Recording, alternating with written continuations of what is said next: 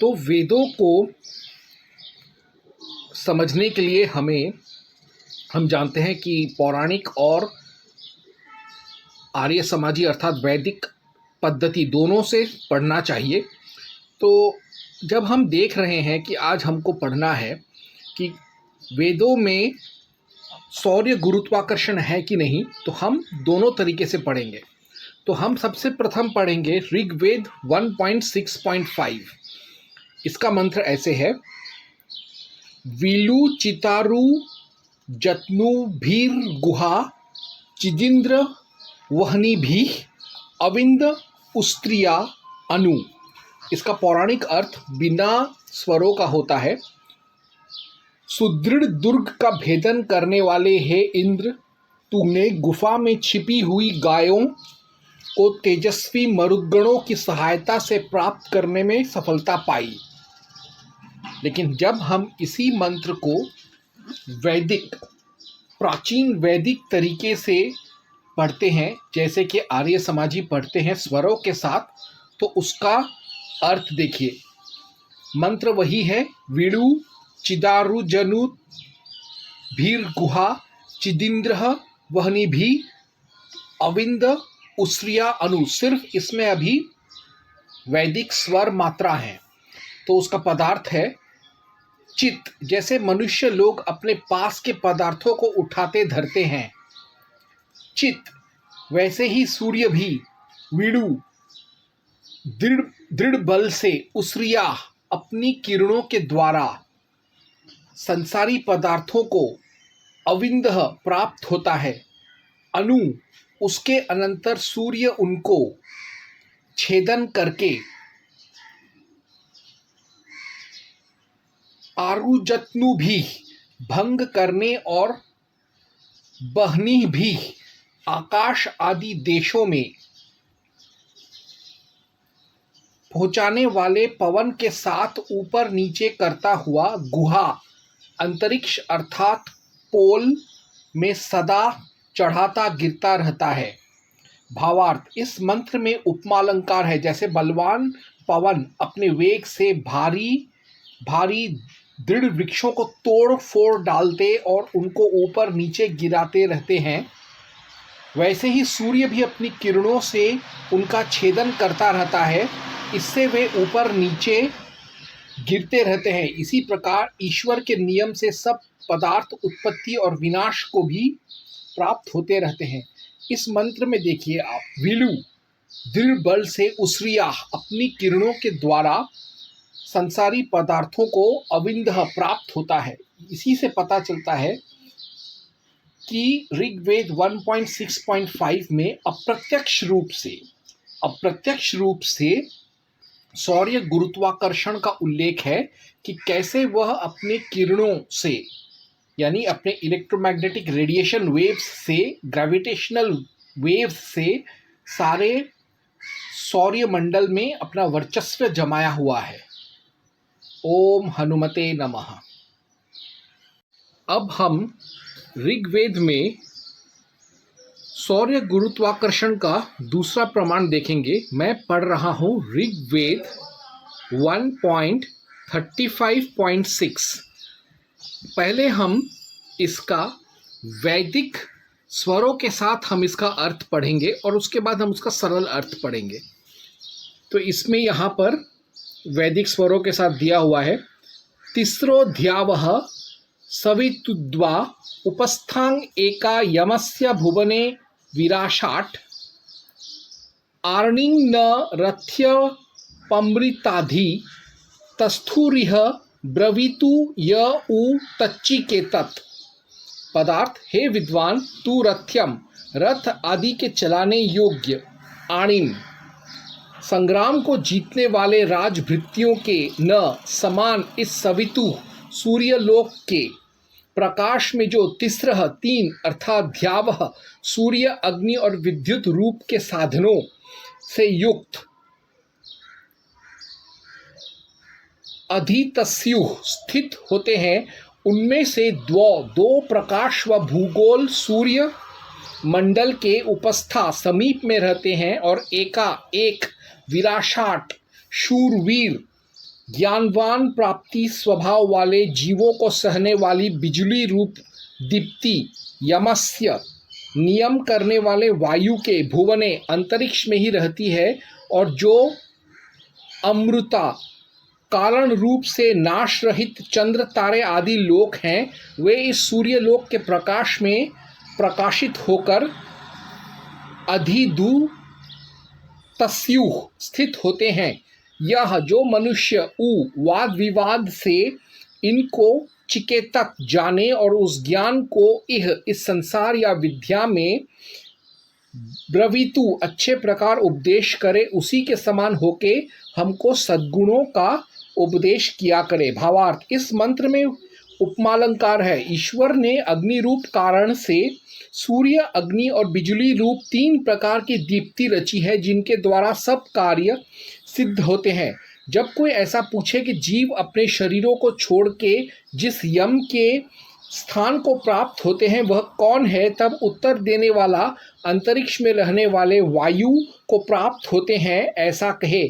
जैसे युद्ध में रथ, भृत्य आदि सेना के अंगों में स्थित होते हैं, वैसे मरे और जीते हुए जीव वायु के अवलंब से स्थित होते हैं। पृथ्वी, चंद्रमा और नक्षत्र आदि लोग सूर्य प्रकाश के आश्रय से स्थित होते हैं। जो विद्वान हो वही प्रश्नों के उत्तर कह सकता है, मूर्ख नहीं। इसलिए मनुष्यों को मूर्ख अर्थात अनाप्तों के कहने में विश्वास और विद्वानों के कथन में अश्रद्धा कभी न करनी चाहिए। ये एक बहुत ही जटिल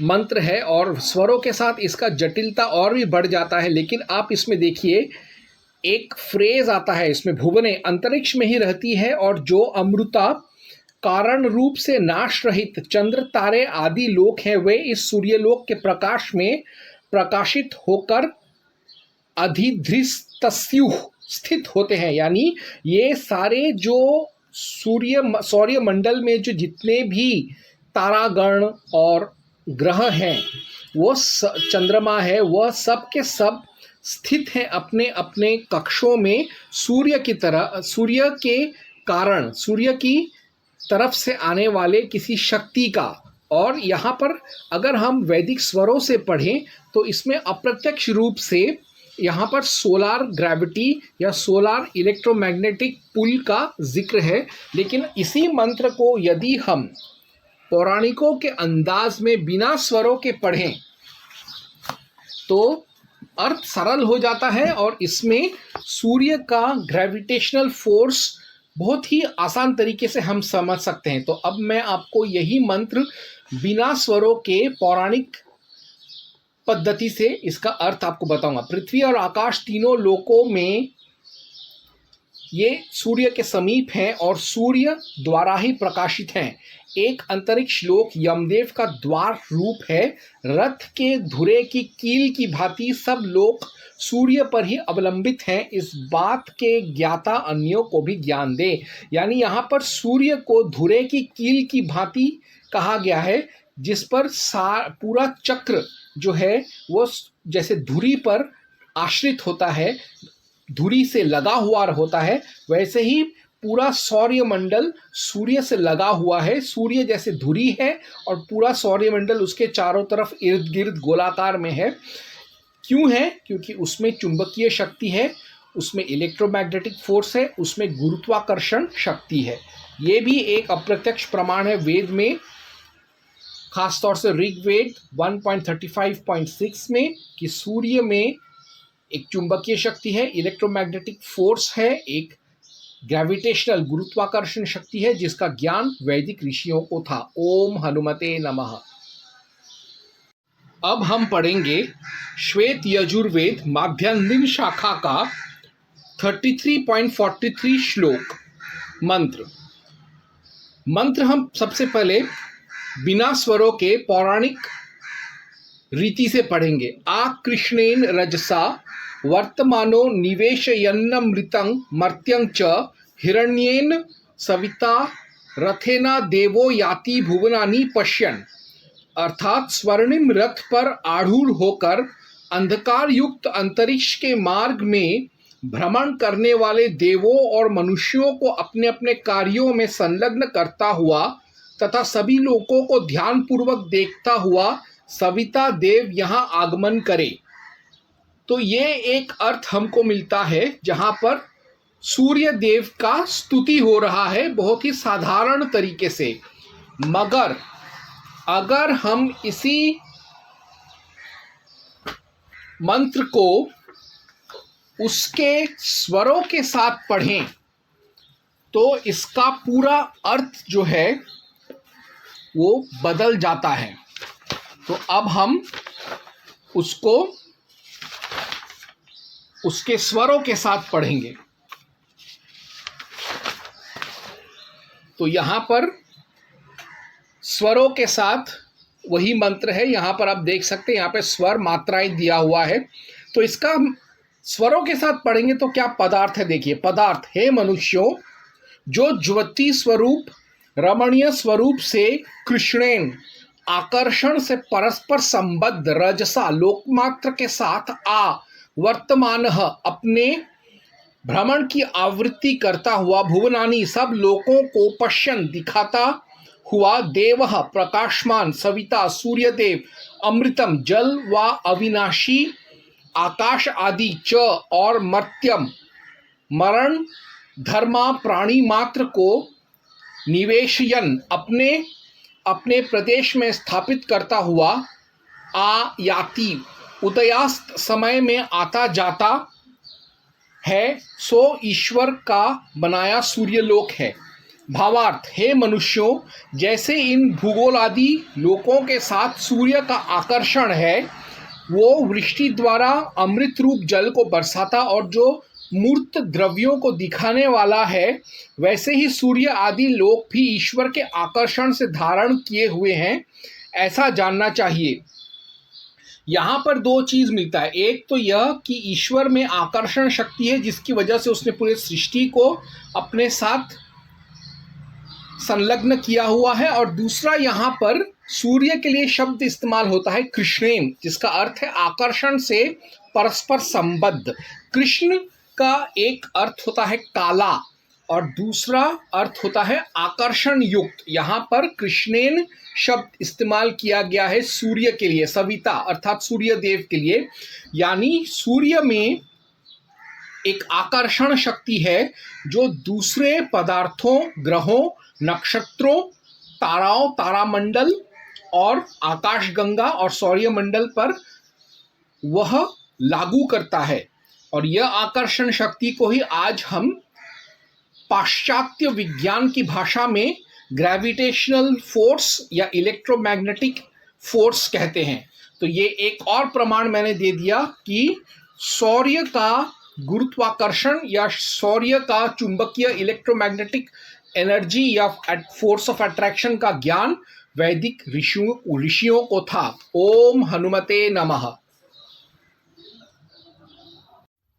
अब अगला प्रमाण हम देखेंगे शतपथ ब्राह्मण माध्यान्ह शाखा 8.7.3.10 यद वेवा विकर्णी मुपदाधाति यात्रा वा अदोश्वाम चिति मावा घ्रापयन्ति तद सावादित्य इमाम लोकांत सूत्रे समावयते तांडयात्तत् सात्राम वायु सा सा य सा वायु रेषा सा विकर्णी तद दित्यामु पदादात्या सावेवा तदादित्य इमाम लोकांत सूत्रे समावयते।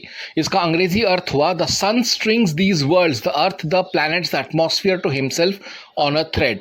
और हिंदी में इसका अनुवाद करें तो ये होता है कि एक सूत्र के जरिए, धागे के जरिए सूर्य ने पूरे ब्रह्मांड को, पृथ्वी को, सारे नक्षत्रों को, तारामंडलों को, सारे ग्रहों को अपने साथ, यहाँ तक कि वायुमंडल को भी अपने साथ एक धागे में, एक सूत्र में बांध कर रखा है। और यही बांधने वाला सूत्र या धागा, इसी को हम आज सोलार ग्रेविटेशनल फोर्स या सोलार इलेक्ट्रोमैग्नेटिक सर्किट कहते हैं, यानी सूर्य का गुरुत्वाकर्षण और चुंबकीय शक्ति कहते हैं। ओम हनुमते नमः।